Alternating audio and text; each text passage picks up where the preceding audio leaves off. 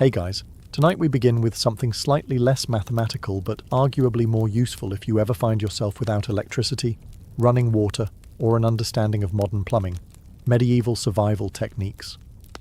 So before you get comfortable, take a moment to like the video and subscribe, but only if you genuinely enjoy what I do here. And let me know in the comments where you're tuning in from and what time it is. It's always fascinating to see who's joining us from around the world, possibly while hoarding beans. Now, dim the lights, maybe turn on a fan for that soft background hum, and let's ease into tonight's journey together. In the medieval world, fire wasn't a convenience. It was everything. Heat, cooking, light, protection, and possibly your only friend during a week-long storm in a thatched hut. So when you left home, you didn't pack snacks, you packed fire. Enter the portable fire bundle, the medieval version of a Zippo lighter. If that lighter was slow, smelled like sheep, and could burn your entire cart down if handled badly. Here's how it worked. You'd take a glowing ember from your home hearth, typically charcoal, and wrap it inside dried moss, fungus, or punk wood, often stuffed into a hollowed-out horn or a fireproof leather pouch. Sometimes it was wrapped in linen soaked in saltpeter or animal fat for longer smouldering. The ember would smoulder for hours, sometimes even an entire day, ready to be revived with a bit of breath and some gentle coaxing, much like your self-esteem after a peasant tax audit. The whole bundle was lightweight, reusable, and vital. It saved you from the misery of having to strike sparks from flint and steel for 30 minutes straight while pretending you knew what you were doing. Firemaking was notoriously fickle, especially if your tinder got damp or your hands were frozen into sad little claws. Carrying fire meant you could walk into a clearing, build a shelter, unpack your moss-wrapped miracle, and with a puff of breath and a prayer to Saint Smoky of the Ember, have flames ready for soup, warmth, or dramatic shadow puppet storytelling. You could even hand one to a neighbour on their way to market, passing the literal torch, because no one liked being the guy who had to beg for fire at dusk. Socially awkward and occasionally met with, "Should have packed your moss, Gerald." If you've ever looked at a prepper pantry, it's basically a museum of vacuum-sealed ambition. Jerky, beans, mystery cans from 2011, and enough freeze-dried stroganoff to survive a small apocalypse and still complain. But medieval folks, they preserved meat the old-fashioned way, with smoke, salt, and the quiet terror of having nothing to eat come February. Now, most people today think of smoking meat as something you do with a grill, a beer, and mild barbecue delusions. But in the Middle Ages, smoke wasn't for flavour. It was for survival. And not just any smoke. This was strategic, sneaky smoke. Hidden smoke. You see, in many homes, especially cottages with open hearths, meat wasn't displayed proudly above the fire like in a fantasy movie. It was hung behind the fire, tucked high up in rafters, out of reach from animals, children, and that one neighbour who always showed up at dinner. Why behind the fire? Because that's where the cool smoke drifted, slow and steady, rising through the house and wrapping itself around whatever unfortunate chicken or pig part you'd managed to obtain. Over days, weeks, and even months, the smoke would dry the meat, kill off bacteria, repel insects, and make sure your ham survived longer than your New Year's optimism. This wasn't your sweet applewood barbecue kind of smoke. This was pine and despair smoke, thick, acrid, and full of character. After a few months, the meat was hardened, darkened, and fully armed against decay, bugs, and relatives dropping in unexpectedly. Even better, hidden meat smoked slower and was harder to steal. That matters when you live in a village where "I didn't see your sausage hanging there" is somehow a legal defence. And don't forget the dual benefit. While the meat smoked, the house stayed warm and pest-resistant. Nothing says cosy medieval evening like sitting under a smouldering ham in a room filled with smoke and hope. Today's preppers love perimeter defence. Motion sensors, tripwires, camera drones, and that one guy who always insists his dog can smell looters from a mile away. But medieval folks had their own version of property defence, and it didn't require batteries, barking, or Wi-Fi. It was called a living fence. And yes, it was exactly what it sounds like. Imagine trying to keep your cows in and your neighbour's children out without using lumber, nails, or yelling. The solution? Grow your wall. Living fences, also called hedgerows, were created by planting fast-growing bendy trees like willow, hawthorn, hazel, or blackthorn close together. As they grew, you didn't just let them shoot upward like overachieving weeds. No, you bent, wove, and interlaced the branches into a thick, snarling hedge that could stop a pig, redirect a goose, and absolutely ruin a thief's evening. It wasn't just effective, it was elegant, in a spiky, borderline violent sort of way. Some hedges were laid, meaning the trunks were partially cut and bent sideways, encouraging new growth while still alive. Others included thorny plants that doubled as burglar deterrents and a free berry source, assuming you had the hands of a masochist. And here's the beauty of it. Living fences grew stronger over time. Unlike wooden fences that rot, collapse, and invite every carpenter in town to give you a quote, hedgerows became thicker, denser, and more impenetrable each year. Medieval farmers weren't just building walls, they were cultivating fortresses. They also served multiple roles. Birds nested in them, pollinators loved them, and they prevented soil erosion. Basically, they were medieval multi-tools, if your multi-tool had thorns, bees, and the occasional hidden ferret. They were also beautiful. Some hedgerows still visible in England today are over 700 years old, meaning they've outlived wars, kings, and several attempts at Brexit. When you hear clay battery, you might imagine monks in pointy hats zapping frogs with static or medieval peasants accidentally inventing the Tesla. But no, this kind of battery had nothing to do with electricity and everything to do with temperature control, long before thermostats, mini-fridges, or the phrase climate anxiety. Clay, as it turns out, is not just for pots, questionable sculptures, and preschool. In the medieval world, it was also an unspoken genius of thermal mass, which is a fancy way of saying it holds on to heat, or cold, like a stubborn grandmother holds on to grudges. Let's break it down.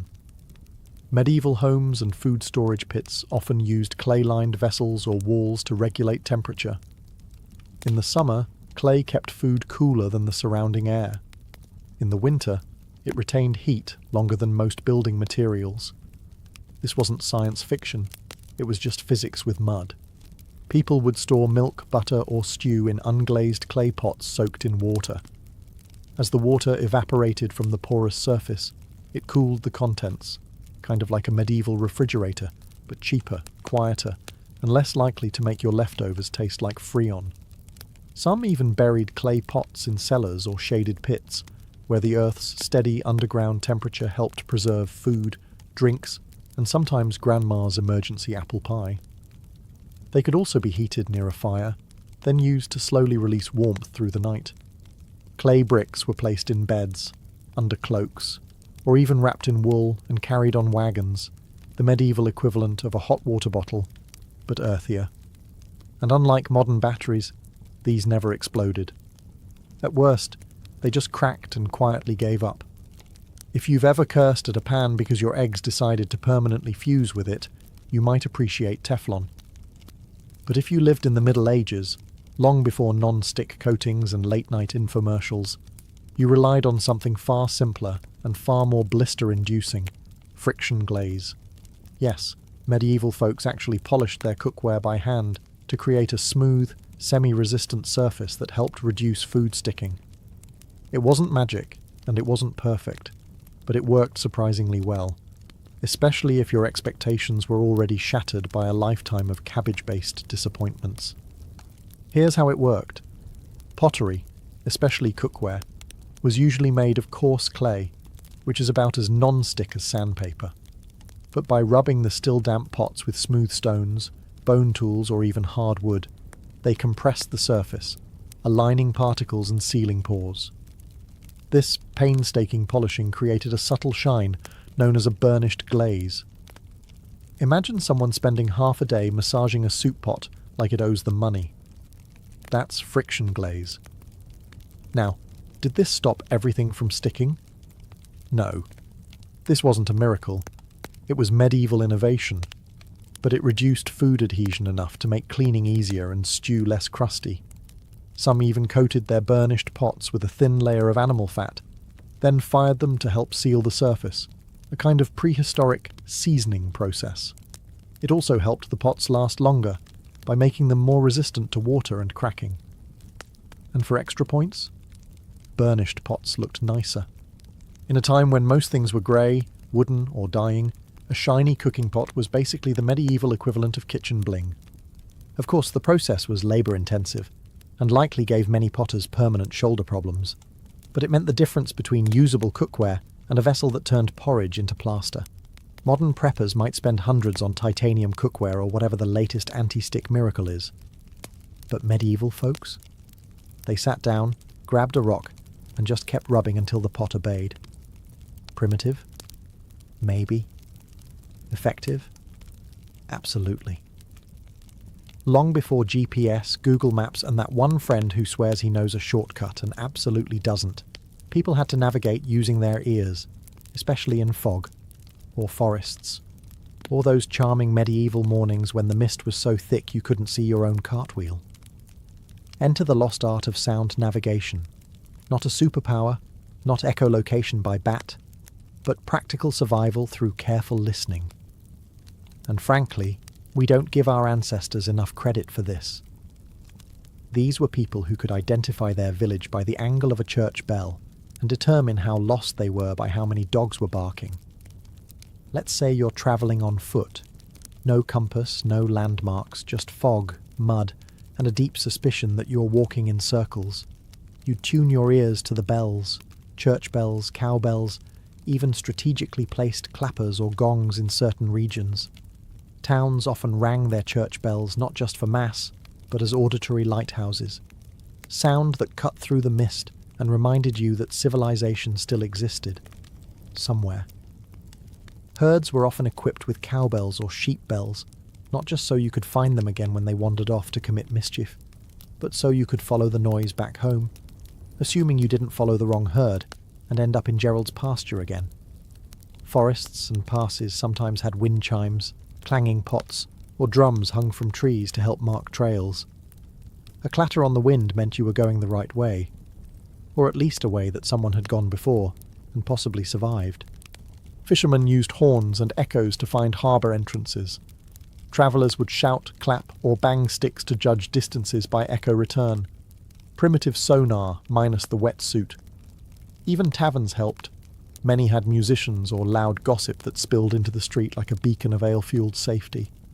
Follow the loot, and you'd find warmth, food, and possibly your cousin passed out under a bench.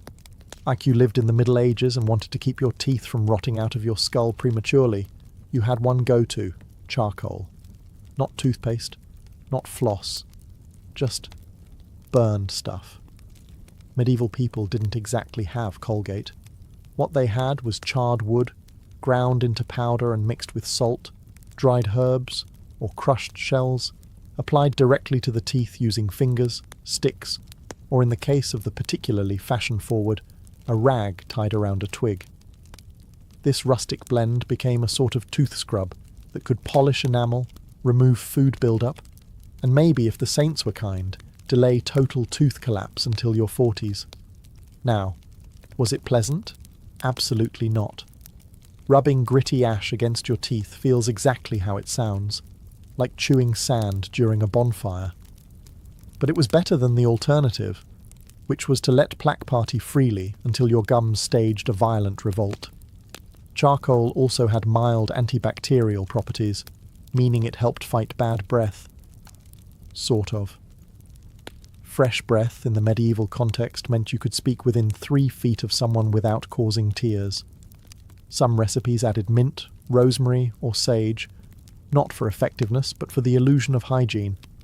Others swore by vinegar rinses afterward, which likely undid any good the charcoal did, and added a nice enamel-melting bonus. Dental work, when things went bad, involved pliers, strong arms, and a total absence of anesthesia. So yes, smearing ashes on your molars suddenly looked like a very attractive alternative.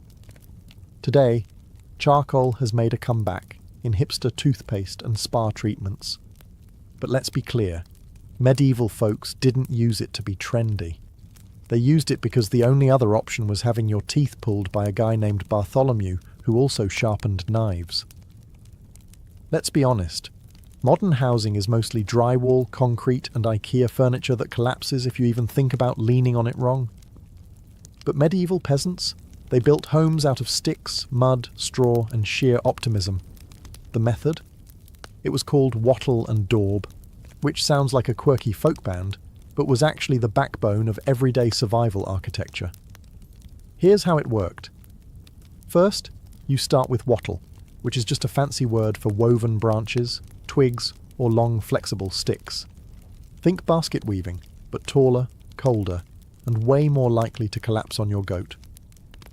These wattle panels were then fastened between wooden posts, creating what looked like the skeleton of a very confused fence. Next came the daub, a charming hand-mixed concoction of mud, straw, clay, and animal dung. Yes, dung. Because in the Middle Ages, if it wasn't at least partially made of poop, were you even trying? This delightful paste was smeared into the wattle and left to dry, forming a surprisingly strong, insulated wall. It kept out the wind, held in heat, and provided the kind of rustic scent that said, "Home sweet, slightly composting home." Now, it wasn't glamorous. Your walls might occasionally crack, flake, or attract curious chickens, and patching them up was just part of your weekly to-do list, right between "don't starve" and "yell at the neighbour's goat." But it was cheap, effective, and best of all, locally sourced. No shipping fees, no carbon footprint, just earth, labour, and possibly a little trauma. Despite how primitive it sounds, wattle and daub could last decades, even centuries with maintenance. Some medieval homes still standing today have their original wattle walls, which means some peasant in 1350 did a better job than your last contractor. Picture medieval bedtime, a rickety straw mattress stuffed with regret, a thatched roof dripping something suspicious, and the constant threat of fleas, lice, and things that buzz, bite, or crawl with suspicious confidence. Enter the surprisingly elegant solution: herb-laced bedding, a rustic blend of aromatherapy and pest control. Invented not because they were fancy, but because medieval peasants didn't want to wake up as a banquet for parasites. You see, stuffing your mattress with plain straw was just asking for company, the itchy, twitchy, blood-sucking kind. So instead, smart households mixed in strong scented herbs like lavender, mint, wormwood, pennyroyal, and rosemary. Not for luxury, for defence. These herbs were nature's medieval bug spray. Their strong scents repelled fleas, lice, and mosquitoes, and occasionally your spouse. Some herbs, like tansy or rue, were even believed to keep away demons. Conveniently, they also kept away nosy in-laws. The result? A bed that smelled like a suspiciously pleasant salad and kept the Crawleys at bay, for a few nights at least. After that, you had to refresh the herbs, or risk being scratched awake by a tick with anger management issues. It didn't stop at mattresses either. Herbs were strewn across floors, woven into door frames, and hung in bunches over beds. Basically, if you could shove a sprig of wormwood into it, you did. It turned homes into slightly terrifying apothecaries, but cleaner, safer, and better smelling than the neighbour's goat barn. In an age before bug nets and DEET, this was brilliant. Entire manuals were written on which herbs worked best. Some people even believed that dreams were sweeter when you slept on lavender. Science? Questionable. But if it made you forget the damp ceiling and the fact your pillow was a sack of oats, then bless it. Long before the age of refrigerators humming in the kitchen and light-up freezer drawers filled with forgotten peas, medieval folks had to get creative to keep their food from turning into science experiments. Enter the marvel of passive preservation. Stone cooling shelves, also known as slab shelves, larders, or, to put it simply, that cold rock we put the cheese on. Here's how it worked. Thick slabs of stone, often slate or marble if you were fancy, were built into the shaded walls of homes, particularly on the north-facing side, where the sun rarely touched.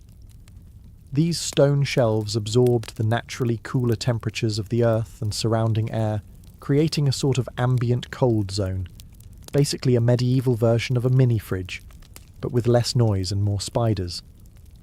In cooler months, they kept milk, butter, meats, and whatever passed for leftovers from spoiling too quickly.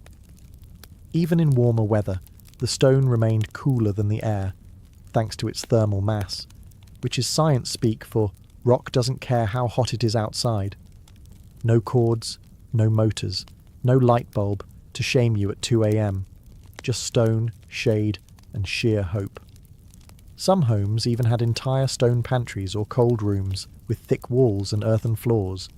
These were precursors to modern root cellars, and they were usually located as far away from the cooking fire as possible, because while medieval people loved hot soup, they didn't want it slowly heating their butter storage. In wealthier households, these shelves could be lined with damp cloths or porous jars filled with evaporating water to enhance the cooling effect. A clever use of physics without ever uttering the word evaporative. In poorer homes, it was just put the milk on the cold slab and hope it doesn't curdle before lunch. These days, if you twist an ankle or get stung by a bee, you reach for an ice pack, painkillers, or maybe a gel that promises cooling relief and delivers mild regret. But in the Middle Ages, when medicine often involved leeches or someone whispering Latin over a goat horn, people had a more accessible, less terrifying option. Cabbage leaves. Yes, cabbage. The humble vegetable known today for ruining school lunches and making boiled dishes smell like despair, once played a starring role in medieval first aid. Cabbage leaf dressings were used for everything from swelling and bruises to mastitis, joint pain, and the occasional plague-adjacent mystery rash. The logic? Simple. Cabbage is cooling, flexible, and slightly antimicrobial. A natural compress that came pre-wrapped in its own leafy packaging. You'd take a large, preferably cold cabbage leaf, crush it slightly to release the juices, and then wrap it around the injured area, often securing it with linen or a bit of wishful thinking. The effect was surprisingly soothing. The leaves' cool moisture helped reduce inflammation, while the natural compounds, including sulfur, flavonoids, and enough farm smell to keep relatives at arm's length, did the rest. Some healers would warm the leaves instead, depending on the ailment. For chest congestion or sore joints, a heated cabbage poultice was the medieval equivalent of Vicks Vapo Rub, only leafier and less minty. And unlike many treatments of the era, it didn't involve bloodletting or chanting under the moon. It was simple, repeatable, and didn't require a trained monk or a full moon sacrifice. Just a cabbage and a bit of patience. Of course, in lean times, those same leaves might end up in your soup pot once you were done using them, which adds a whole new level of appreciation for medieval resilience. And stomachs made of iron. Before electricity, candles, or the smug glow of a solar-powered lantern, medieval people had to get creative about keeping the darkness at bay. And when torches were expensive and candles were for churches or the rich, everyday folks turned to something cheaper, smellier, and weirdly effective. Rushlights, also known as bacon torches for the budget-conscious.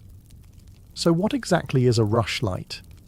Imagine a long, thin reed or rush plant, commonly found in marshy areas. So basically everywhere you didn't want to walk barefoot.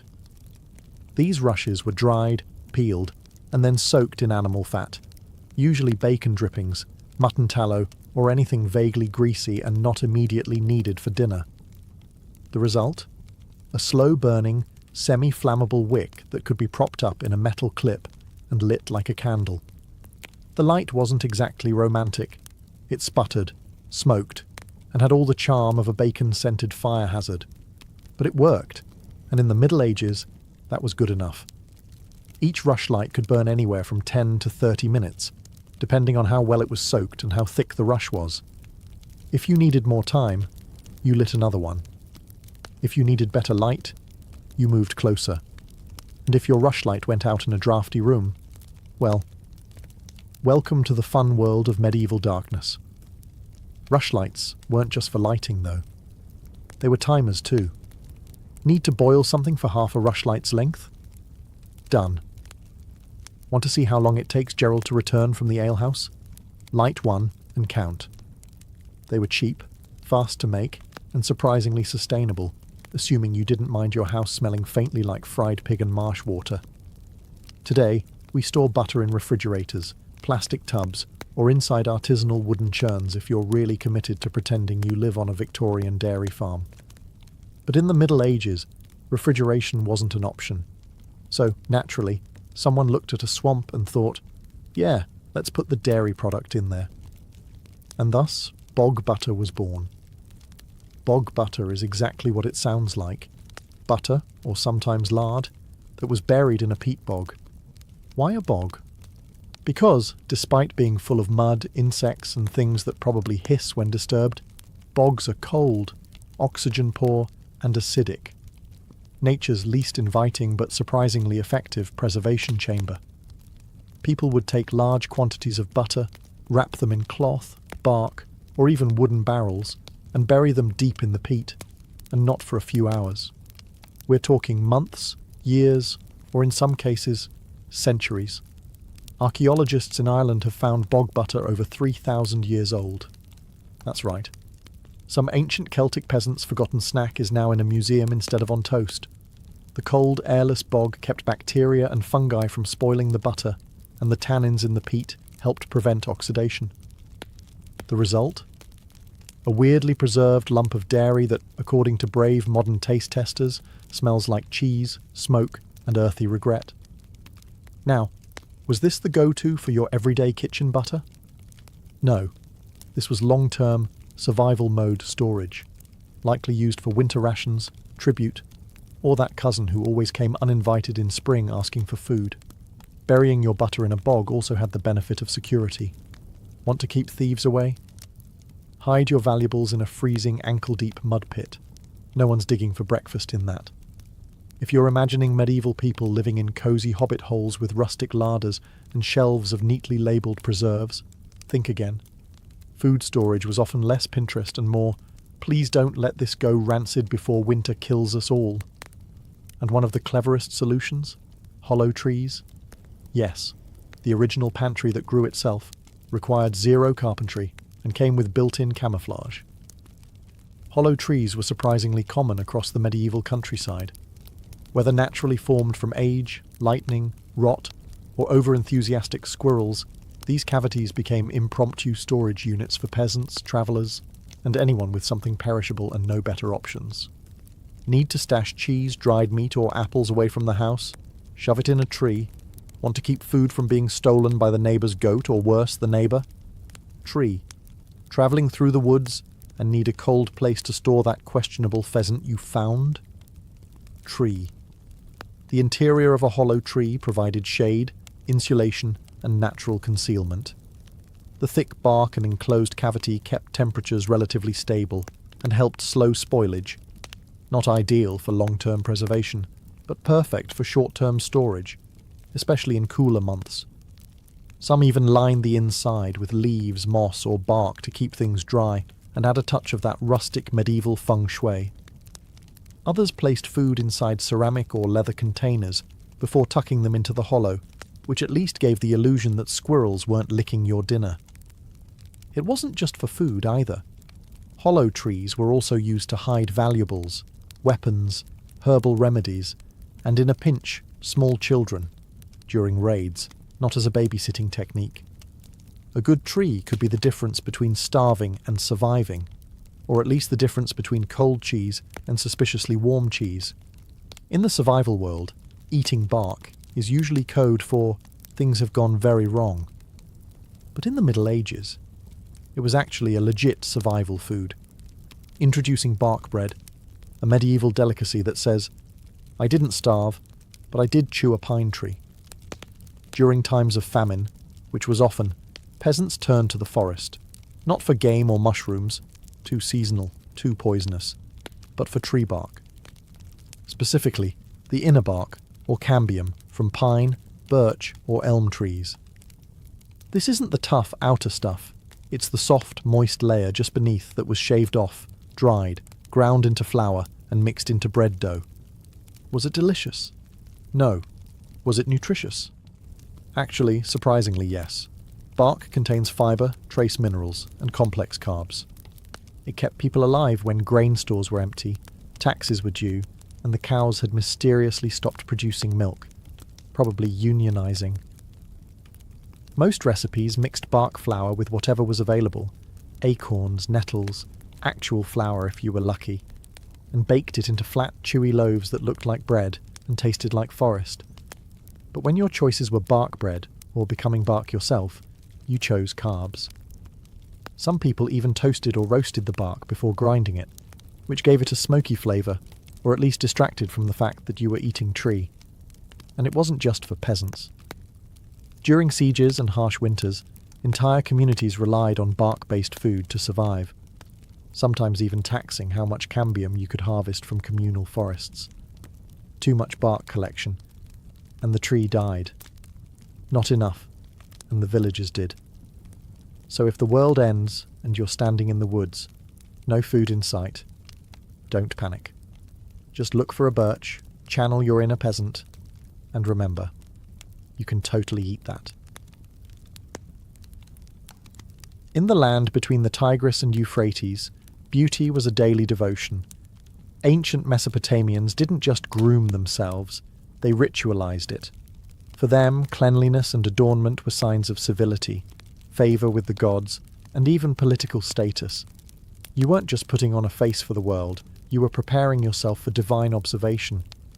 Let's start with the eyes. Thick black eyeliner wasn't born in Cleopatra's boudoir. It was thriving centuries earlier in Sumer. Both men and women painted dramatic lines using kohl, a powdered concoction of lead, copper ore, and antimony.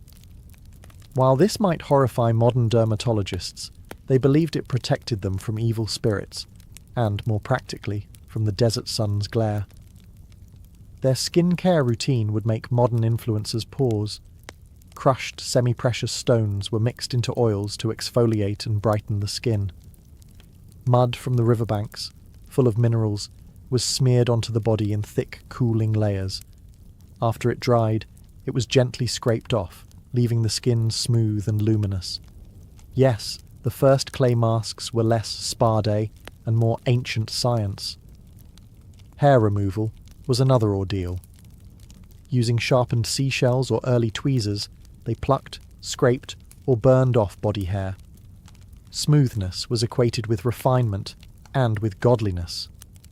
The more polished your appearance, the closer you were to resembling divine perfection. Even their statues of gods and priestesses are hairless and immaculately styled, with symmetrical features and wide, painted eyes. And let's not forget the scent. Fragrant oils weren't just pleasant, they were powerful. Myrrh, frankincense and cedar were infused into animal fats and applied to the skin like perfumes. People believed these scents purified the body and pleased the gods. In royal courts, perfumed oils were so valuable that they were offered as tribute. Eyebrows? Tattooed. Permanent cosmetics weren't invented in the 20th century. They were already practiced in ancient temples. Women inked their brows using soot or natural dyes, creating bold arches that framed their faces dramatically. It was beauty with commitment. If you think today's beauty trends are extreme, let's talk about Cleopatra. Yes, the queen of eyeliner was more than just a seductress. She was the poster girl for Greco-Roman beauty obsession. While her face graced coins, her influence reached into every apothecary and boudoir from Alexandria to Rome. And she wasn't alone. Roman women inherited Egypt's taste for luxury, and then dialed it up to 11. Let's begin with the iconic milk bath. Cleopatra was rumoured to bathe in donkey milk daily. Whether it was 500 donkeys or just a strong rumour, the truth is this. Lactic acid, found in sour milk, is a natural exfoliant. Romans copied this enthusiastically. Elite women bathed in milk, honey and rose petals, believing it would smooth wrinkles and lighten the skin. And yes, it worked, just not for your wallet. Now to the face. Roman women desired pale, almost ghostly skin, a sign you were wealthy enough to avoid sunlight. Enter Sarussa. a face powder made of white lead, highly toxic, but hey, it gave that flawless matte finish. Women applied this daily, layering it on thick over the cheeks and forehead. Over time, it caused sores, hair loss, and in some cases, death. But looking like a goddess, worth it. Rouge and lip stain were made from red ochre, crushed beetles, or mulberry juice. The more vivid your lips and cheeks, the more youthful and seductive you appeared. For eyeliner and eyebrows, soot mixed with animal fat did the trick. And if your eyebrows weren't naturally bold, no problem, just draw them on. Or better yet, tattoo them, just like in Mesopotamia. Hair was another battlefield. Roman women curled their hair into intricate styles using heated metal rods, long before your grandmother's curling iron. They dyed it using herbs, ash, or even fermented leeches. Yes, seriously, for that fashionable blonde look. Wigs made from German slave hair were common among elite Roman women trying to show off their wealth and style. And perfume? An empire in itself. Romans were addicted to scent. Oils infused with saffron, cinnamon, and roses were rubbed into every crease of the body. Bathhouses smelled like botanical gardens dipped in musk. In ancient China, beauty wasn't flashy, it was philosophical. Where Rome chased glamour, the Chinese aesthetic prized balance, harmony, and inner key. But don't mistake subtlety for simplicity. The beauty rituals of dynastic China were just as rigorous, deeply spiritual, and sometimes shockingly intense. Start with the skin. Chinese beauty standards revered a pale, porcelain-like complexion, not because they feared the sun, but because fair skin symbolized nobility and leisure. Peasant women worked the fields under harsh sunlight. Aristocratic women? They stayed indoors and preserved their complexions like priceless scrolls. White lead powder, ground pearl, and even powdered rice were common ingredients. It wasn't just makeup, it was medicine too. Many formulas were designed by court physicians and believed to boost qi or prolong life. But the real star of ancient Chinese skincare was jade. Jade rollers, which TikTok made trendy again, were used centuries ago by Han Dynasty women. Cool to the touch and symbolically connected to immortality, jade tools were rolled across the face to promote circulation, reduce puffiness, and maintain youth. Even emperors were known to keep jade pillows, believing the stone would draw toxins from the skin while they slept. Eyebrows were serious business. Women shaped and painted their brows to reflect fashion and politics. In some dynasties, long swooping brows were in vogue. In others, short and upward tilted lines dominated. Ink made from burnt willow or charcoal was applied with brushes made from rabbit fur. Some trends even encouraged removing natural brows altogether and redrawing them higher on the forehead, achieving a more heavenly appearance. Lips were tinted with a blend of cinnabar and animal fat, sometimes mixed with beeswax. Rouge, made from safflower petals, was dabbed on cheeks in small circles. And beauty marks? They weren't accidental.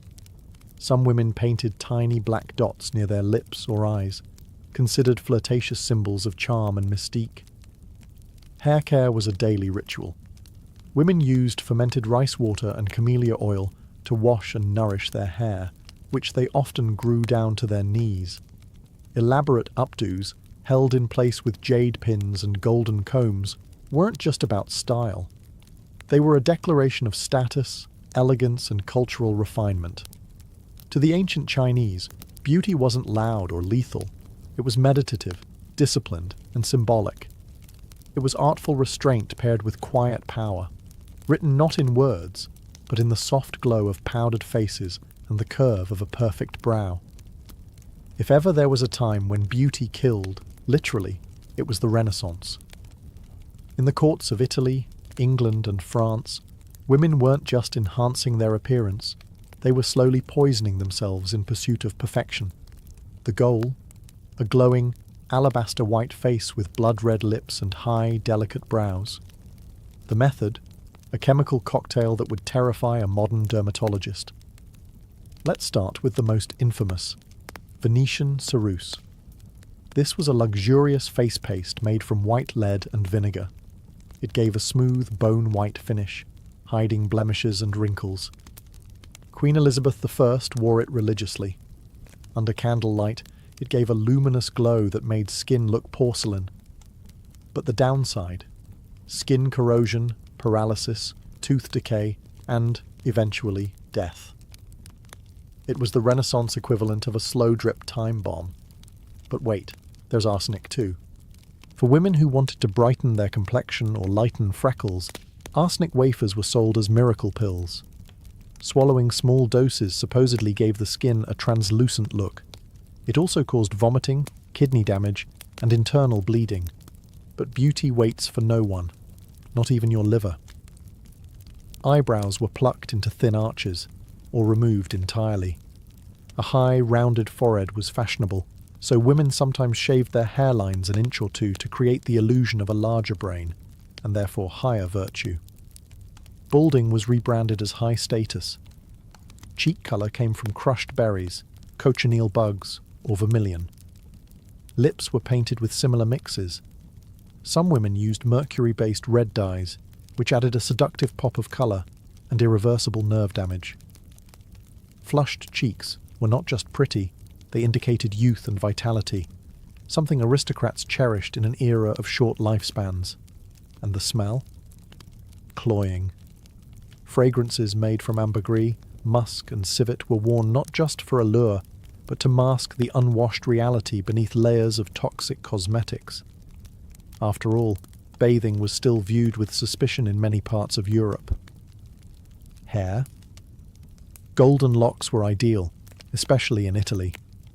Women bleached their hair using mixtures of sulfur, soda, and lemon juice. Then sat in the sun wearing wide-brimmed hats with the tops cut out to expose only their hair. It worked, but also fried their scalps. Long before modern skincare touted natural as a buzzword, ancient India had already written the manual. And it wasn't just skincare, it was Ayurveda, the science of life. Indian beauty rituals weren't isolated routines. They were extensions of spiritual wellness, diet, and inner balance. Beauty was the outer mirror of your doshas, your elemental energies. Let's start with the bath. The ritual of cleansing was sacred. Women of the Vedic period bathed in turmeric-infused water or milk, followed by exfoliation with ubtan, a paste of chickpea flour, sandalwood, turmeric, milk, and rosewater. It brightened the skin, slowed aging, and purified energy. No parabens, no microplastics. Just ingredients from the kitchen that doubled as sacred medicine. Hair was a crowning glory. Coconut oil, amla, Indian gooseberry, and hibiscus were infused into warm oils, massaged into the scalp to stimulate growth, calm the mind, and ward off premature greying. Thick, waist-length hair wasn't just an aesthetic. It was a marker of vitality and femininity. Hair oiling sessions were communal, intimate, and meditative. Kajal, the black eyeliner still used across India today, had spiritual roots. Made from soot and ghee, it was believed to protect from the evil eye. Mothers would apply it not just to themselves, but to their babies as a shield against negative forces. But it also framed the eyes beautifully, giving them the depth of ancient poetry. Fragrance? Entire cities like Kannauj became famous for distilling attars, perfumes made from flowers like jasmine, rose, and vetiver. These oils were rubbed onto the skin, used in hair, and even mixed into bath water. Their purpose wasn't just seduction, but spiritual clarity. Scents helped align the senses with the divine. Lip and cheek tints came from beetroot, saffron, and crushed rose petals. And teeth?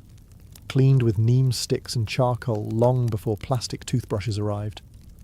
Even dental hygiene was a ritual, timed with moon cycles and linked to doshic balance. Perhaps most unique was mehendi, henna. Used to decorate hands and feet, especially during weddings, henna wasn't just cosmetic. It cooled the body, lowered stress, and signified joy, fertility, and transformation. Every swirl in the design told a story. The ancient Greeks adored beauty, but not in the flashy, gilded sense of later empires. For them, beauty was moral. Physical perfection reflected a virtuous soul. A sculpted body or symmetrical face wasn't just attractive, it was a sign of inner harmony, intelligence, and divine favour. So it's no surprise that grooming in classical Greece was practically a civic duty. Let's begin with the skin. Like the Romans, Greeks idolised pale complexions. A white face meant leisure and nobility.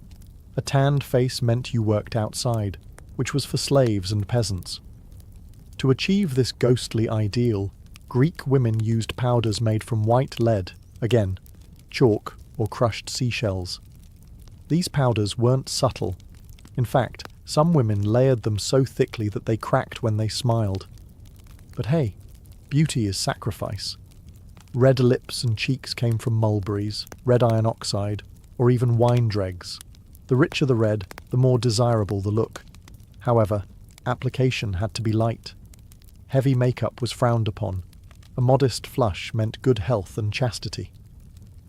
Too much.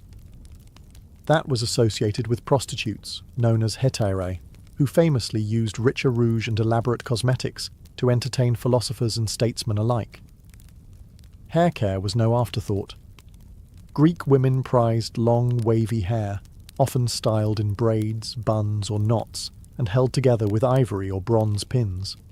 To lighten their hair, they rubbed in vinegar, lemon juice, and sometimes used ashes. Blonde hair, especially, was idealized as divine and foreign. Think Helen of Troy. Wigs and hairpieces made from enslaved northern women weren't uncommon among the elite. Eyebrows were key. A single, continuous brow, yes, a unibrow, was a sign of purity and intelligence. Women who weren't naturally blessed would fake it using powdered antimony or soot. Some even glued goat hair between their brows. All for that soft, scholarly look. Perfumes were blended with care, using olive oil as a base mixed with herbs like marjoram, thyme, and iris root. They were applied after bathing, which the Greeks did obsessively, often in public baths. Cleanliness was next to godliness, literally. In the jungles and highlands of Mesoamerica, beauty wasn't soft, and it definitely wasn't subtle. For the Aztec and Mayan civilizations, beauty was bold, a physical badge of identity, power, and sacred duty. The ideal body was crafted, carved, and sometimes painfully altered, all in service of the gods and societal status. Let's start with the most intense, cranial modification. Among both the Mayans and Aztecs, shaping a baby's skull was seen as an enhancement. From infancy, wooden boards were gently but firmly bound to a child's head to elongate the skull into a sloped, almost cone-like shape. It was a sign of nobility, intelligence, and beauty. The longer and smoother the forehead, the higher your social standing. Next up, dental decoration. Forget whitening strips. Mayan elites embedded jade, turquoise, and even hematite into their teeth. Tiny holes were drilled with obsidian tools, and precious stones were glued in with natural resins. The sparkle when they smiled, literal. The pain tolerance, astronomical. Filed teeth were also fashionable, shaped into sharp points or symmetrical patterns to mimic animal traits, suggesting strength or divine connection. Skin and face painting played a major role in daily life and ritual. Aztec women often wore red and yellow pigments on their cheeks, while both men and women used black paint for ceremonies. The colours weren't random, they had meaning. Red was for life and fertility. Black often signified war or devotion. Some paints were made from crushed insects, like cochineal, giving a vibrant crimson hue. Piercings and tattoos were spiritual commitments. Ear, nose, and lip piercings were common, often adorned with jade or bone jewellery. Tattoos, created with thorns and ink, displayed one's family lineage, religious role, or even battlefield honours. These weren't subtle accessories, they were declarations of loyalty to gods like Quetzalcoatl or Ixchel. Even crossed eyes were considered attractive among the Maya. Mothers dangled beads in front of their infants' noses, training them to look inward until their eyes misaligned. This wasn't seen as a defect, but as a sign of mystical insight. Across the vast and varied landscapes of ancient Africa, beauty was as diverse as the terrain itself. From the lush Nile Valley to the savannas of Nubia and the trade cities of West Africa, beauty rituals were both practical and profoundly symbolic. Adornment wasn't just a matter of style, it was a statement of identity, status, and even cosmic alignment. Let's begin in ancient Egypt, where beauty was practically a science. Both men and women wore kohl around their eyes, not just for allure, but as protection. The black pigment, made from galena or lead sulfide, reduced sun glare and warded off infections. The dramatic lines extended beyond the lids, creating the famous almond-eyed look of Egyptian art. Eyes weren't just mirrors of the soul, they were sacred instruments, channels to the divine. Perfume was a luxury and a necessity. Egyptians loved scent so much that they created perfume cones, wax cones infused with myrrh, cinnamon, and lotus oil that were worn on the head during ceremonies. As the cone melted in the heat, it released fragrance, coating the hair and body. Daily hygiene included scented oils after bathing, often applied with stone or alabaster jars that were art pieces in themselves. Skincare was rooted in both beauty and climate survival. Palm oil, shea butter, and castor oil were used to protect the skin from harsh sun and dryness. These oils weren't just moisturizing, they were medicinal. Mixed with herbs, they healed wounds, soothed rashes, and preserved the skin's glow. Body scrubs were made from sand or crushed seeds, keeping skin exfoliated and clean long before loofahs were invented. In Nubia, hairstyles were central to identity. Elaborate braids and shaved patterns told stories of tribe, age, and marital status. Hair was often dyed with henna, or decorated with beads, shells, and gold threads. A towering styled coif was more than fashionable. It was regal. Further west, in ancient Yoruba or Songhai territories, body painting using indigo and ochre pigments played a role in rituals and celebrations. Tribal markings, either scarified or painted, were not seen as blemishes, but beauty enhancements and markers of strength and heritage. Beauty has always demanded something in return: time, effort, money. But in the ancient world, it could also demand your health, your sanity, and even your life. Across civilizations, the pursuit of perfection often crossed into dangerous territory. While these rituals were admired and even worshipped, they sometimes left scars far deeper than the cosmetic. We've already seen the chilling ingredients: lead, arsenic, mercury, and crushed insects, all used in makeup and skincare. What these substances had in common was toxicity. Lead face powders, used in Rome, Greece, and later Renaissance Europe, caused hair loss, muscle paralysis, and slow organ failure. And yet, the paler your skin, the higher your desirability. It was a poison wrapped in a compliment.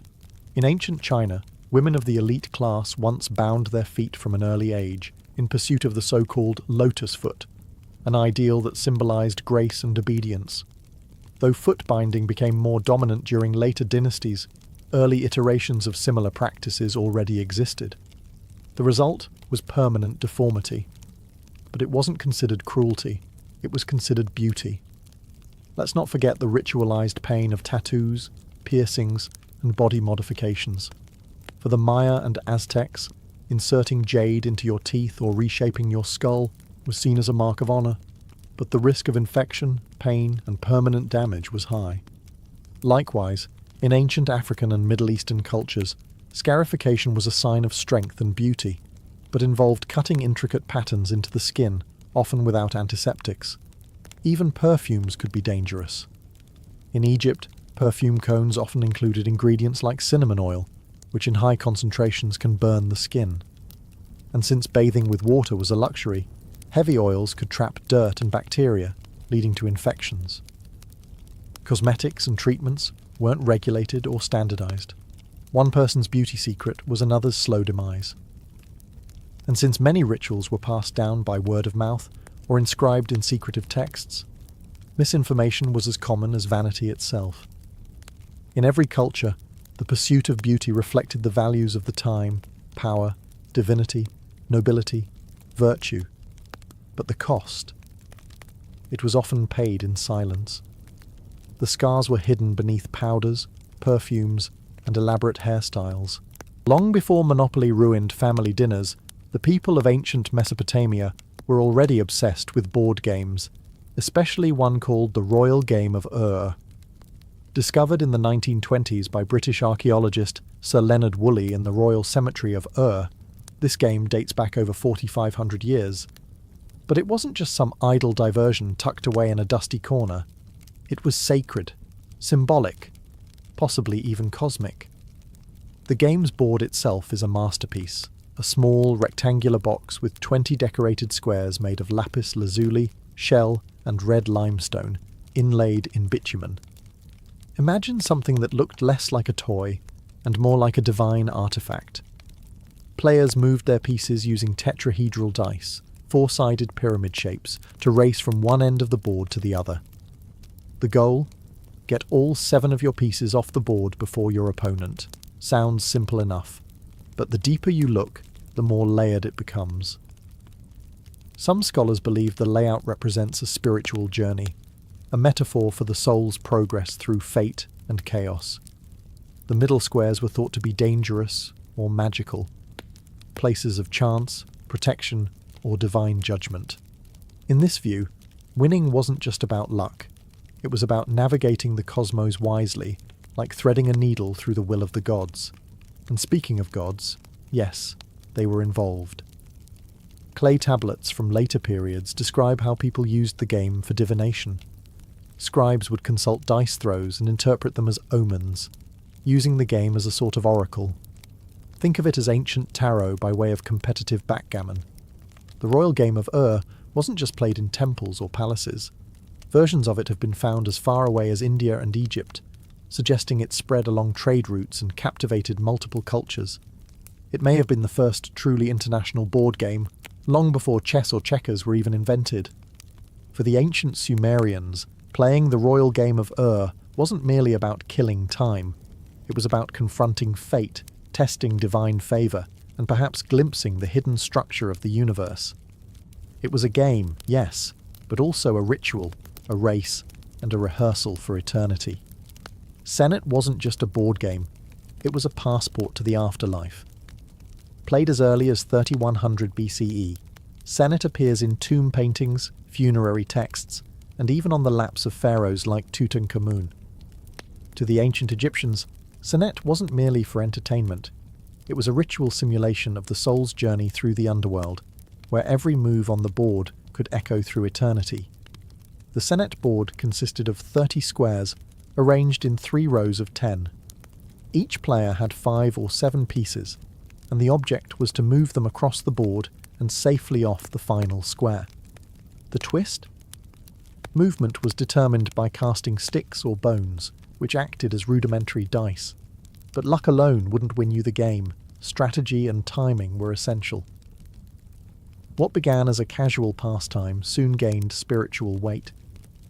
By the New Kingdom period, around 1550 BCE, Senet had evolved into something far more than a household diversion. It was now a symbolic enactment of the soul's voyage through the Duat, the Egyptian underworld. Certain squares on the board came to represent key stages of that journey: rebirth, judgment, peril, purification. Each turn of the game wasn't just a gamble, it was an invocation of divine will. The iconography around Senet became increasingly mystical. Some boards were inscribed with hieroglyphs representing protective deities or spells. Square 26, for example, often symbolized the House of Rebirth, while Square 27 might be the House of Happiness. Landing there could mean divine protection, while other squares spelled delay or even danger. The board became a microcosm of the afterlife, a spiritual obstacle course laid out in cedar and paint. Senet was also closely tied to the goddess Ma'at, the embodiment of truth, justice, and cosmic order. Playing Senet well was a symbolic rehearsal for navigating the trials of the afterlife, where the soul would be weighed against the feather of Ma'at. Win the game, and you might win immortality. Lose? Let's just say you'd better hope someone packed extra amulets in your tomb. So while Senet may look like an ancient version of backgammon, it was much more. Part game, part theology, part guidebook to the netherworld. In Egypt, you didn't just play Senet, you prayed through it. To the untrained eye, knucklebones looked like child's play, just a handful of oddly shaped bones tossed in the air. But in ancient Greece, it was far more than a simple pastime. It was a game of skill, chance, flirtation, and even divine symbolism.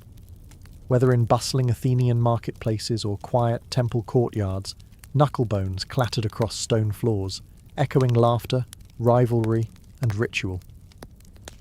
The game was originally played using the small ankle bones of sheep or goats, known as astragaloi. Unlike modern dice, these four-sided bones didn't roll in uniform patterns, making each throw unpredictable. Players tossed them into the air and tried to catch them on the back of their hand, or land them in certain positions to score points.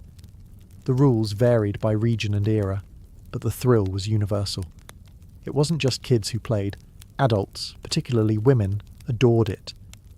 Greek vases and sculptures often show young girls playing knucklebones in elegant robes, their faces full of concentration.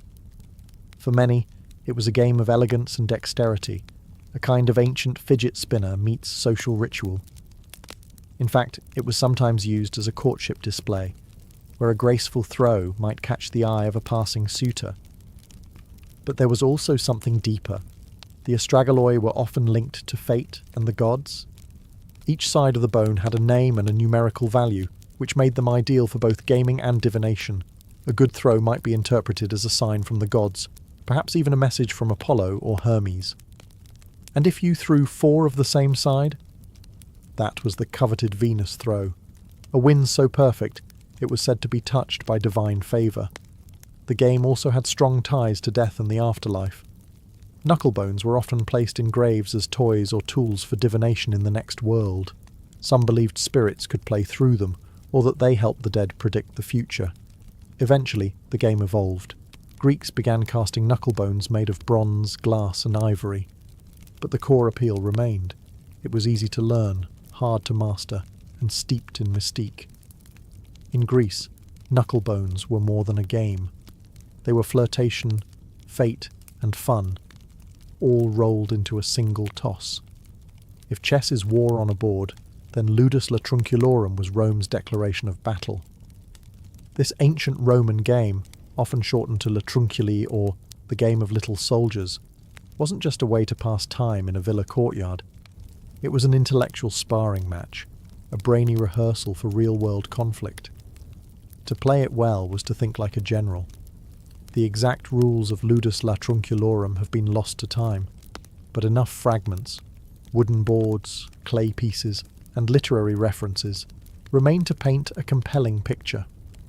Played on a grid, often 8x8 or 9x10 squares, each player controlled an army of small uniform pieces called latrones, or mercenaries.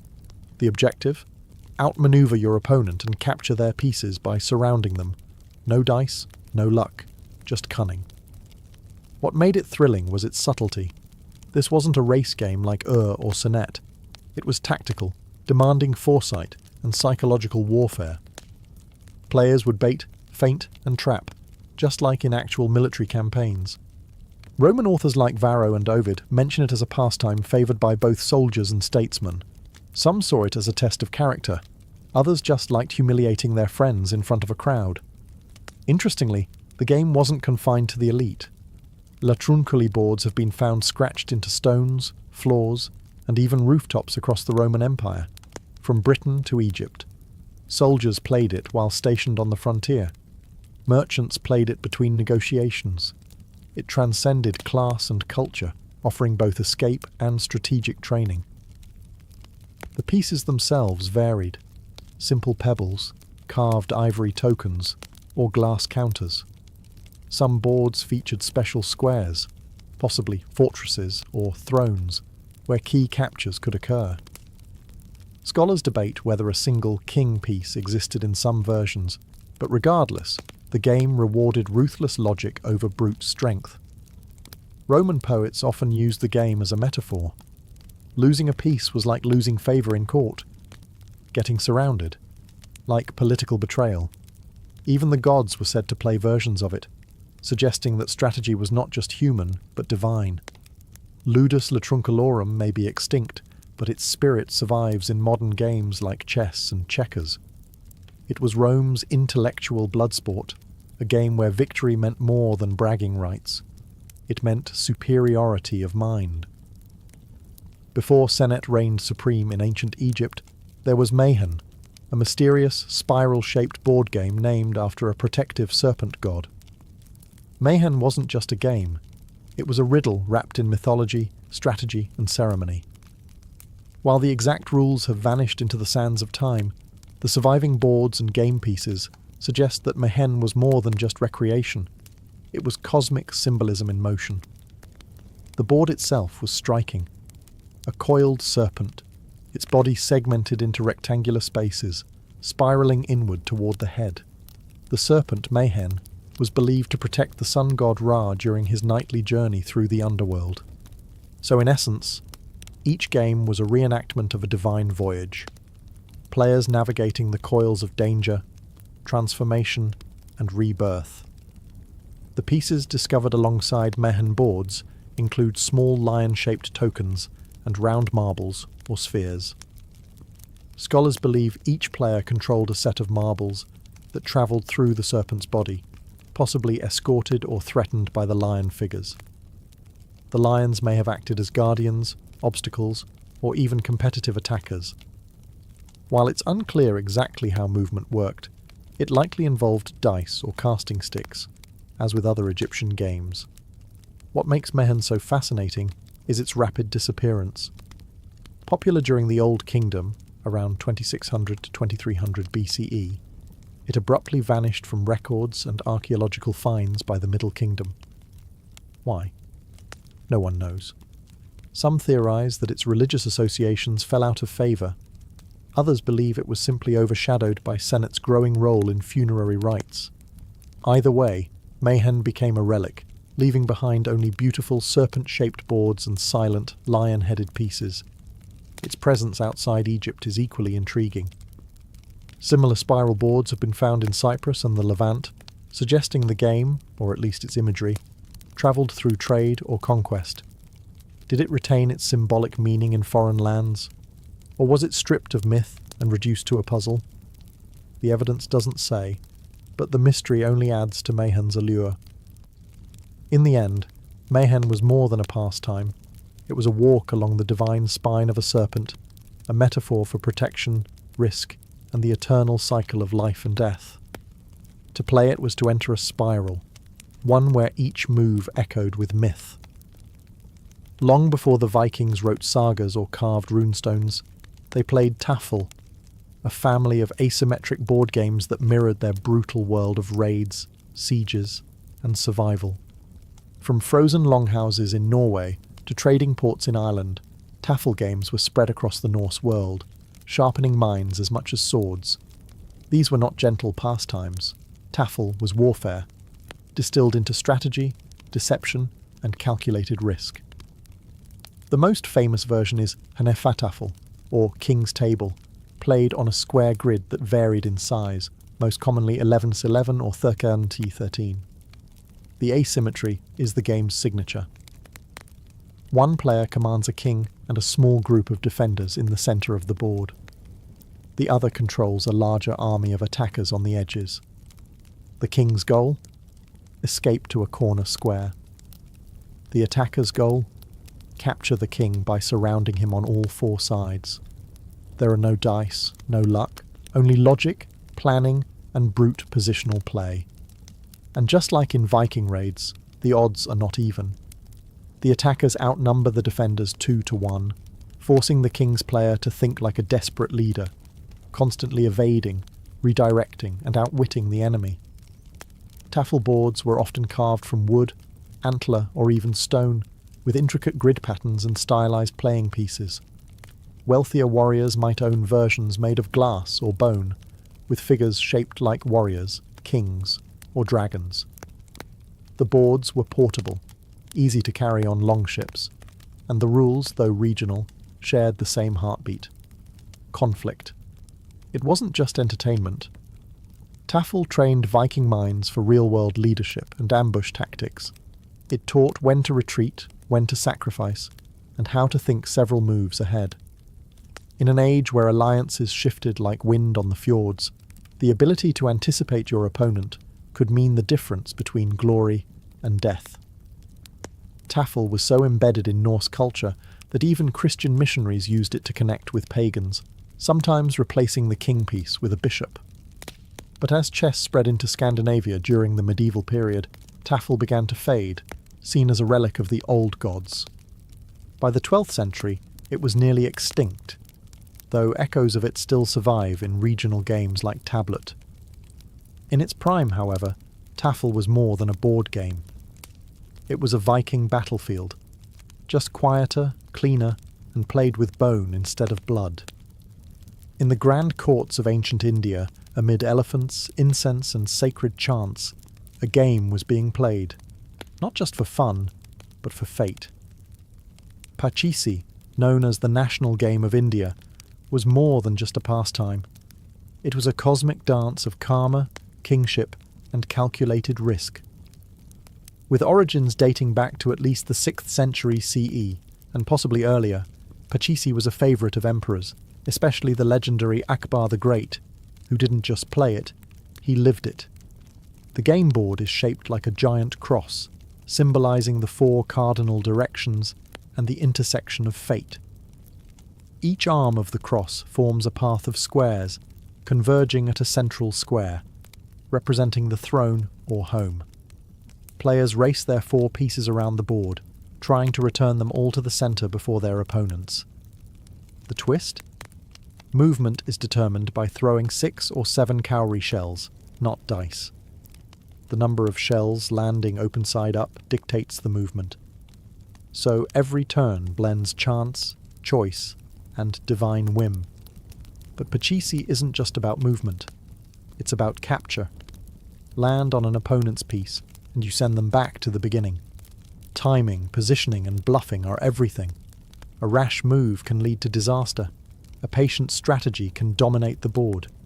It's a game of nerves, much like the chess of war or the politics of court life.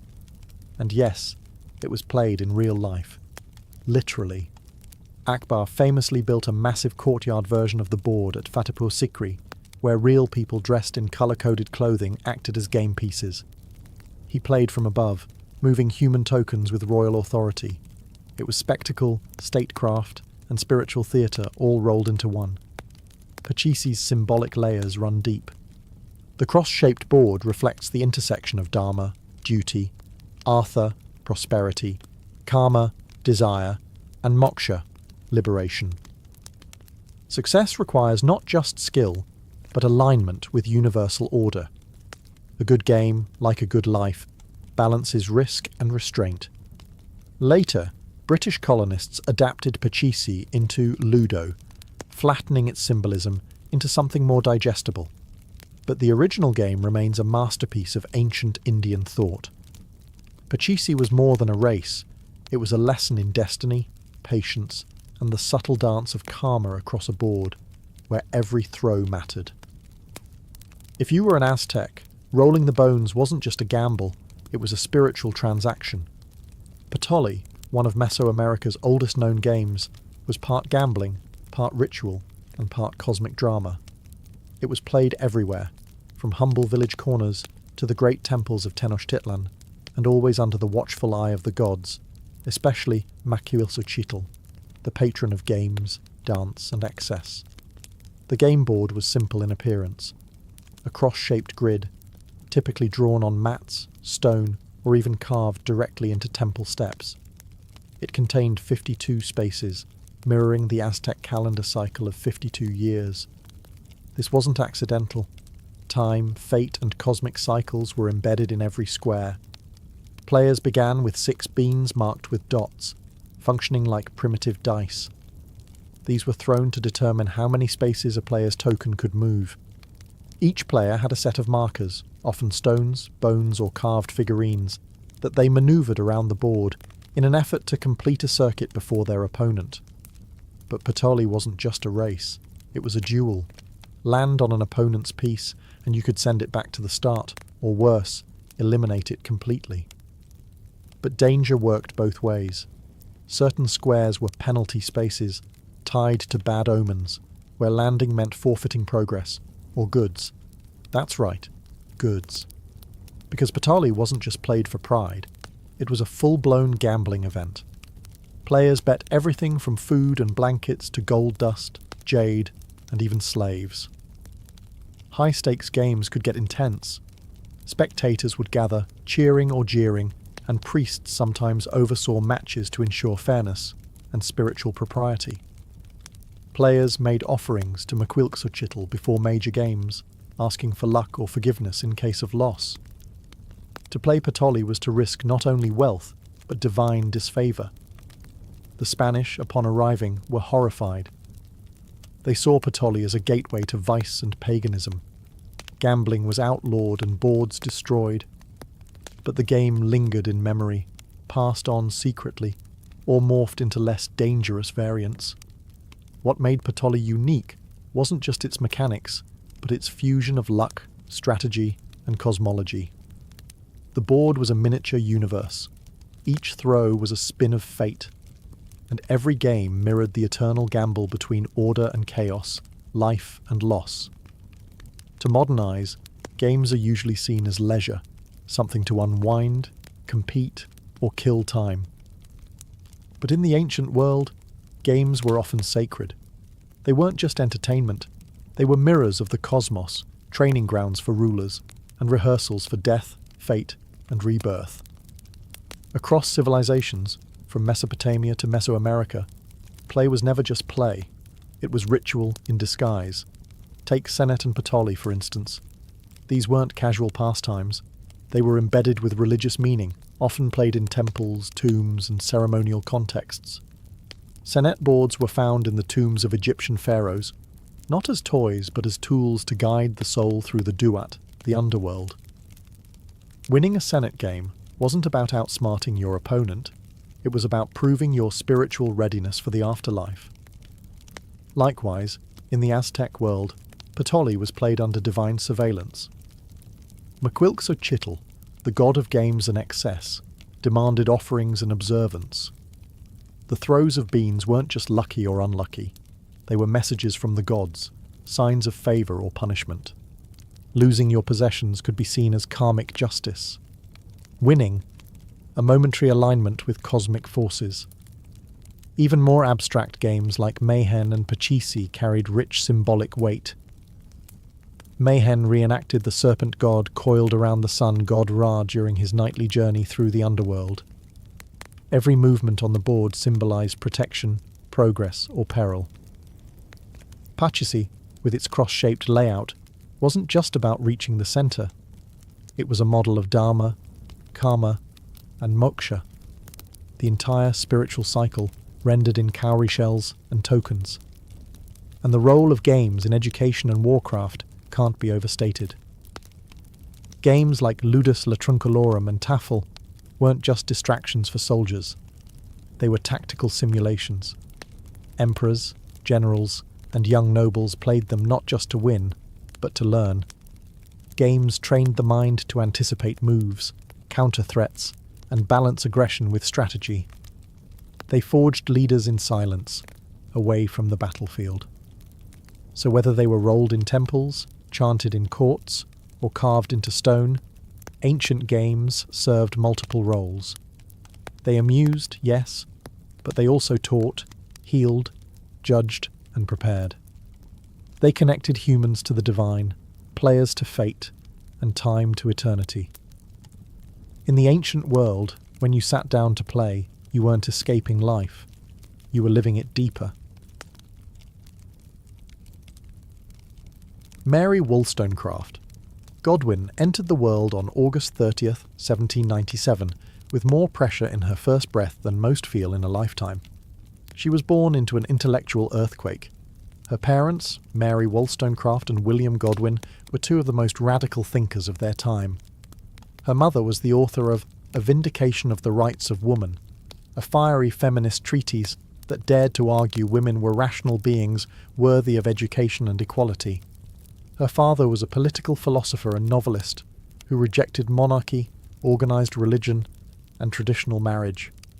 Together, they formed one of the most revolutionary unions in Enlightenment England. And then, 11 days after Mary's birth, her mother died. From the beginning, Mary's life was marked by brilliance and loss. Raised by her father in a house filled with books, ideas, and visiting radicals, she grew up surrounded by the ghost of a mother she never knew but whose voice rang through the pages of her writing. Her father did not hide these works. He encouraged Mary to read them. Her education was anything but ordinary. She absorbed Greek myths, science, poetry, philosophy, and history before most children had learned to write a paragraph. The garden became her classroom. Her thoughts were fed by the likes of Coleridge, Rousseau, and Voltaire. But the household was far from idyllic.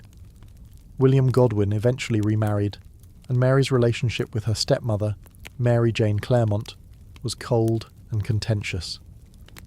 The new Mrs. Godwin favoured her own children and viewed Mary as a moody, defiant girl with too much imagination. Mary, for her part, despised the domestic expectations placed on her and found solace only in writing and dreaming. By age 10, she was scribbling her own stories. By 14, she was reading books most adults would fear to touch. She was not a girl built for embroidery and tea.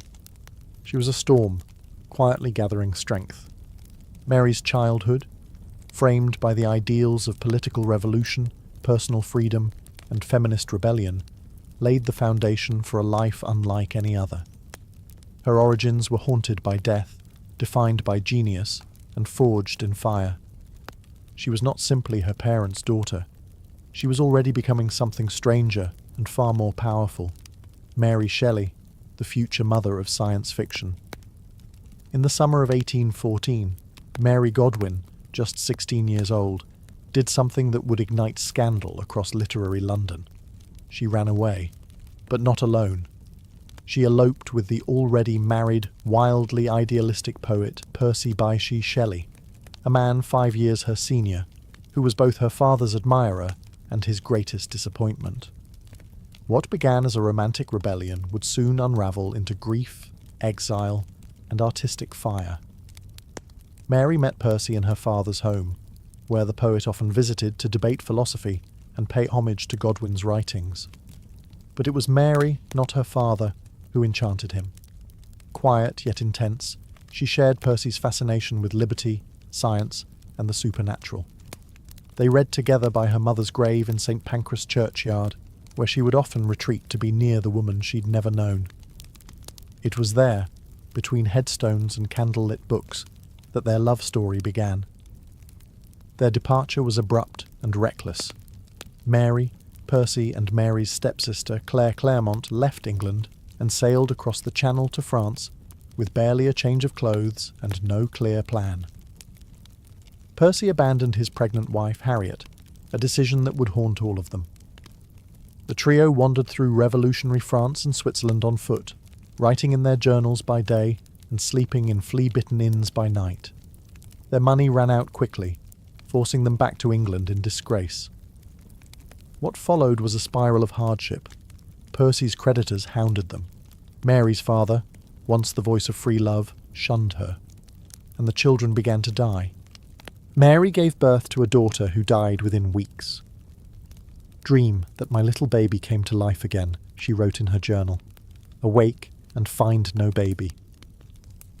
Grief had entered her bloodstream, and it never left. Yet through the turbulence, Mary's mind sharpened. She was reading voraciously Greek myths, alchemy, galvanism, scientific theories about reanimation. She was living in exile, a radical woman in a conservative world. Her relationship with Percy was both intoxicating and exhausting. He was brilliant, erratic, emotionally distant, yet passionately supportive of her writing. Mary Shelley had become an outcast, but she was no victim. Her life, already overflowing with rebellion and heartbreak, was laying the groundwork for something extraordinary. And in just a few short years, on the shores of Lake Geneva, lightning would strike. In the summer of 1816, Mary Godwin, now Mary Shelley, found herself at the heart of one of literary history's most infamous vacations. She was in Switzerland, staying at the Villa Diodati by Lake Geneva with her lover Percy Shelley, her stepsister Claire Claremont, the notorious Lord Byron, and Byron's physician John Polidori. The weather was miserable. Thanks to the eruption of Mount Tambora the year before, the skies were choked with ash. Crops failed. Temperatures dropped. It became known as the year without a summer. Trapped indoors, the group passed the time telling ghost stories and discussing science, poetry, and philosophy. One night, Byron proposed a challenge. Each person should write their own supernatural tale. A creative storm began to brew, one that would change literature forever. Mary was just 18. Byron and Shelley were already celebrated poets. Polidori would go on to write The Vampire, a precursor to Dracula. But it was Mary, quiet and observant, who would shatter expectations. At first, she struggled to come up with an idea. Days passed. Then, during a conversation about galvanism, the use of electricity to reanimate dead tissue, something clicked. That night, Mary had a vision. In her words, "I saw the pale student of unhallowed arts kneeling beside the thing he had put together. I saw the hideous phantasm of a man stretched out." She had dreamed of a scientist, and the monster he brought to life. Thus was born Frankenstein, or the modern Prometheus. The novel wasn't just horror, it was a fusion of science, myth, and grief. Victor Frankenstein's obsession with creating life mirrored the age's fascination with scientific progress. The creature, shunned and unloved, reflected Mary's own feelings of abandonment and otherness. Themes of parenthood, isolation, and guilt bled onto every page, drawn from her losses and the chaotic men around her. When Frankenstein was published in 1818, it was anonymous. Many assumed Percy had written it. He had penned the preface. He was the husband. He was the man. But the truth couldn't stay hidden. The world would come to know Mary Shelley not only as the wife of a poet, but as the mother of science fiction. In one summer she had taken lightning, death, and her own sorrow, and made a monster that would never die. After the birth of Frankenstein, Mary Shelley's life didn't settle into literary triumph. Instead, it plunged deeper into sorrow. Death had always circled her, but in the years following 1818, it closed in relentlessly. Even as her creation began to walk in the public imagination, her own family began to vanish. Mary and Percy returned to England, where grief struck again. Their two young children, Clara and William, both died. Clara from dysentery in Italy, William from malaria shortly after.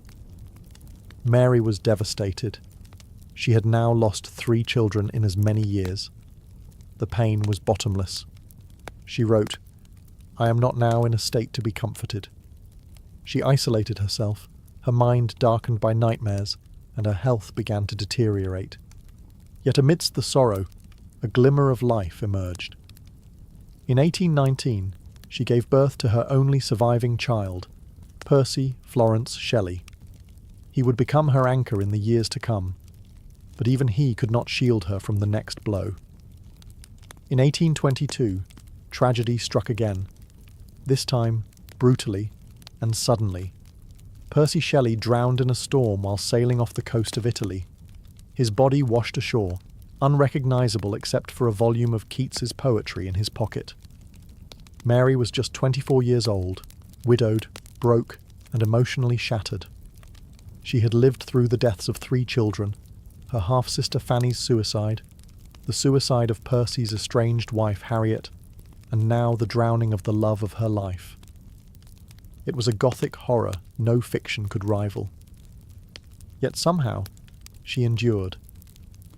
Mary gathered Percy's remains, both literal and literary.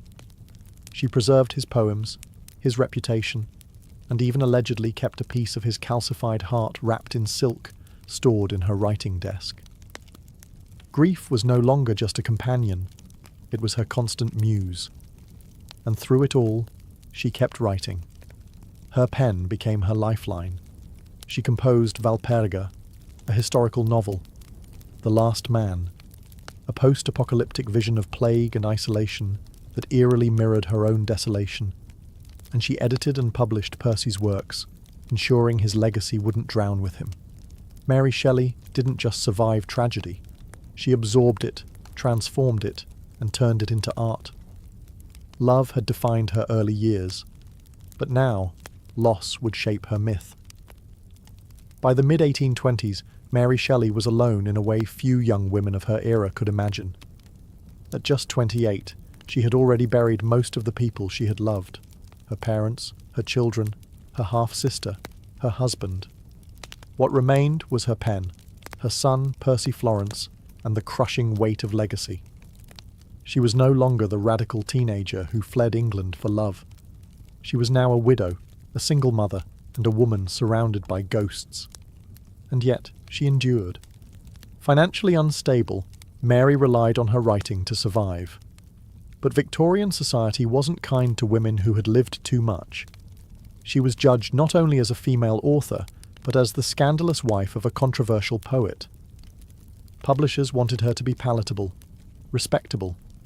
So she learned to navigate the literary world with care, balancing her radical past with the need to provide a stable life for her son. She wrote tirelessly. Novels like Perkin Warbeck, Lodore, and Faulkner, each weaving themes of political exile, lost mothers, and moral conflict.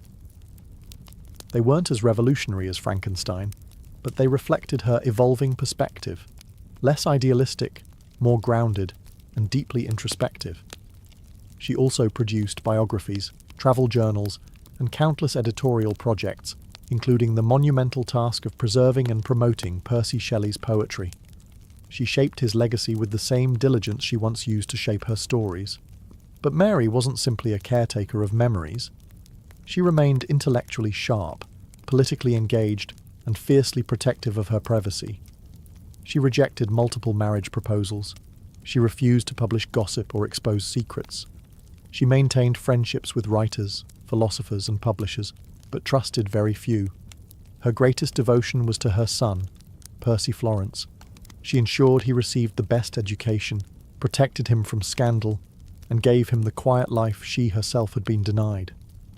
In doing so, she created a version of stability that had eluded her for decades. Mary's later life was marked by physical illness, recurring headaches and paralysis in her right arm. But she never stopped writing, never stopped thinking, never stopped being the woman who had stared down grief and defied it with ink and paper. She was the last woman standing, not untouched by tragedy, but undefeated by it. Her life was no longer just a Gothic novel. It was an act of endurance. By the time Mary Shelley reached her 30s, she had become a quiet force in the literary world, not through loud acclaim, but through sheer persistence. She was no longer merely Percy Shelley's widow or the daughter of famous radicals. She was Mary Shelley, the author of Frankenstein, a novel that, over time, had begun to take on a strange life of its own. Frankenstein had first been dismissed by critics. Some saw it as a disturbing oddity, others assumed it had been written by her husband, but the public couldn't look away. By the 1830s, the story had already begun evolving beyond the page.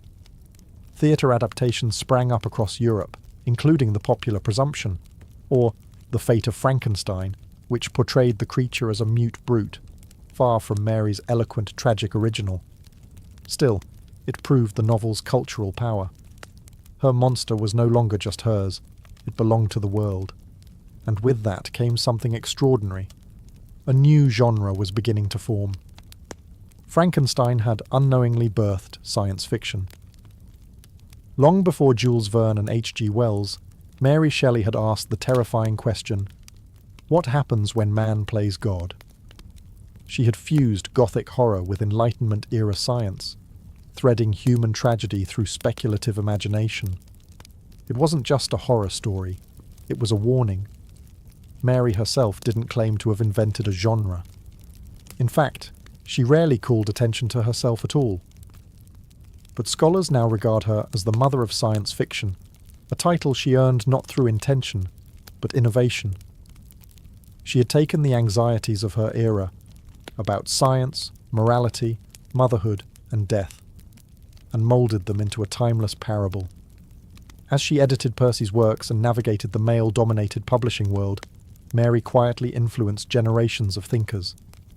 Her writings explored not only politics and feminism, but ecological disaster, existential dread, and ethical boundaries. Her 1826 novel, The Last Man, imagined a world ravaged by plague and loneliness, a vision that would only be fully appreciated a century later.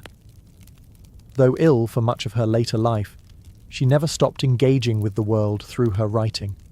Her legacy was already in motion, creeping out of the lab, across the stage, through the press, and into the bloodstream of modern culture. Mary Shelley had breathed life into an idea that would never die, and for that, literature would never be the same. Mary Shelley's life was shaped not only by love and loss, but by identity, an identity she was constantly forced to defend, reshape, and preserve. Being a woman writer in the 19th century was already a political act. Being Mary Shelley, the daughter of revolutionaries, the widow of a radical poet, and the creator of a morally complex monster, made her existence even more loaded. After Percy's death, Mary was left in a precarious position. Though she had taken his surname through their marriage, her status as his literary executor and the guardian of his legacy was not guaranteed. His family, the aristocratic Shelleys, had never approved of Mary. They viewed her with suspicion, considered her dangerous, and offered her a meagre allowance on the condition that she stay out of their affairs. They allowed her to raise her son, but not to speak too freely. Mary played a long and careful game. She towed the line between respectability and rebellion, crafting a public persona that was quiet, literary, and maternal, while still protecting her radical lineage beneath the surface. When editing Percy's poetry and writing his memoirs, she subtly sanitized his atheism and revolutionary views, ensuring that his works could reach a wider, more conservative Victorian audience. Critics have debated this move for decades. Was it betrayal or strategy? Perhaps it was both. Mary understood the politics of reputation better than most. But while she worked to preserve Percy's legacy, she also fought for her own. Publishers wanted her to be silent, anonymous, or at best, the footnote to her husband's genius. Mary refused. She continued writing novels under her own name. In an era when women were still publishing under male pseudonyms, Mary Shelley insisted on visibility. At the same time, she quietly inserted political themes into her fiction. In Lodore and Faulkner, she explored issues of female autonomy, flawed fatherhood, and the social limitations placed on women. In The Last Man, she imagined the collapse of civilization and the futility of empire, hardly subtle commentary. Mary Shelley's pen was not just a creative tool, it was a weapon. Through fiction, biography, and quiet editorial work, she shaped not only the memory of a generation, but the framework of modern literature. As the Victorian era bloomed around her, Mary Shelley entered her final decade with a quiet dignity shadowed by physical decline and emotional isolation. Though she was still recognized for her intellect and literary contributions, the world that had once swirled with radicalism and romanticism was fading, and Mary was one of its last living witnesses. The vibrant coterie of her youth, Byron, Percy, Clare, even her father William Godwin, were gone. The revolutionary fire of the early 1800s had given way to Victorian restraint. Mary found herself increasingly alone, burdened by chronic illness. She suffered from debilitating headaches, partial paralysis in her arms, and what may have been a recurring brain tumour. Yet she rarely complained. Her pain was simply folded into her routine, like ink into paper. Still, she remained committed to her son, Percy Florence Shelley, who had grown into a dutiful and affectionate young man. Unlike his parents, Percy Florence lived a conventional life, eventually inheriting the baronetcy denied to his father. Mary clung to his companionship, focusing her remaining energy on ensuring his success and protecting him from scandal, especially the ghosts that still followed the Shelley name. Though her days of bold creation were behind her, Mary kept working. She maintained correspondence with publishers, friends, and fellow intellectuals. She continued reading widely: history, science, political theory, remaining intellectually engaged even as her body betrayed her. She kept editing Percy's works, carefully curating his poetic legacy while tiptoeing around the more incendiary pieces to preserve public favour. But the shadows never fully lifted. She lived modestly, sometimes on the edge of poverty, and never remarried. Marriage, to Mary, was never about security. It had been about passion and shared ideals. No one else could fill the space Percy had occupied, nor would she allow them to try. In 1851, at the age of 53, Mary Shelley died of what was likely a brain tumour. She passed quietly, surrounded by her son and his wife. After her death, they found among her belongings locks of hair from her lost children, and the rumoured piece of Percy Shelley's heart wrapped in silk. Even in death, Mary Shelley remained the keeper of memory, a woman shaped by loss, elevated by genius, and driven to write through every shadow. Mary Shelley died in 1851, but her voice never went silent.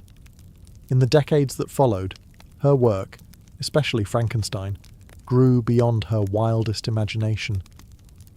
What began as a ghost story by a teenage runaway became one of the most influential novels in human history. Mary Shelley wasn't just remembered, she was resurrected, again and again. At first, her fame lingered quietly. During her lifetime, she had been praised mostly for her loyalty to Percy and her editorship of his poetry. Her own fiction, though respected, was often dismissed or misunderstood. Frankenstein was still seen as a curiosity, filed under Gothic horror, its deeper themes ignored by a world not yet ready to question science, morality, and man's place in the universe. But time revealed her genius. By the 20th century, Mary's monster had become a cultural icon. Film adaptations, beginning with the silent era and exploding with Universal's 1931 Frankenstein starring Boris Karloff, gave her creation a new face. Literally. The creature became a misunderstood symbol of modern anxiety, a tragic being forged by human arrogance and cast out by society. Each adaptation reflected the fears of its time: war, technology, nuclear power, artificial intelligence, and always, at the core, Mary Shelley's fingerprints. Scholars began to revisit her work with new eyes. Feminist critics championed her not just as the wife of a poet, but as a literary architect in her own right. They explored her insights into motherhood, grief, creation, and power. The Last Man, once overlooked, was re-evaluated as an early dystopian masterpiece. Her life itself, marked by rebellion, intellect and endurance, became as fascinating as her fiction. Today, Mary Shelley is not just remembered, she is revered. She is called the mother of science fiction, the queen of Gothic literature, a pioneer who fused the personal with the philosophical. Her legacy lives on in classrooms, laboratories, film studios, and political discourse. Whenever we ask what it means to be human, or what happens when creation outruns conscience, we're speaking in her language. She gave us a monster. But in doing so, she gave voice to every outsider, every orphaned idea, every mind cast out for being too curious. Mary Shelley didn't just write a novel, she rewired literature's DNA.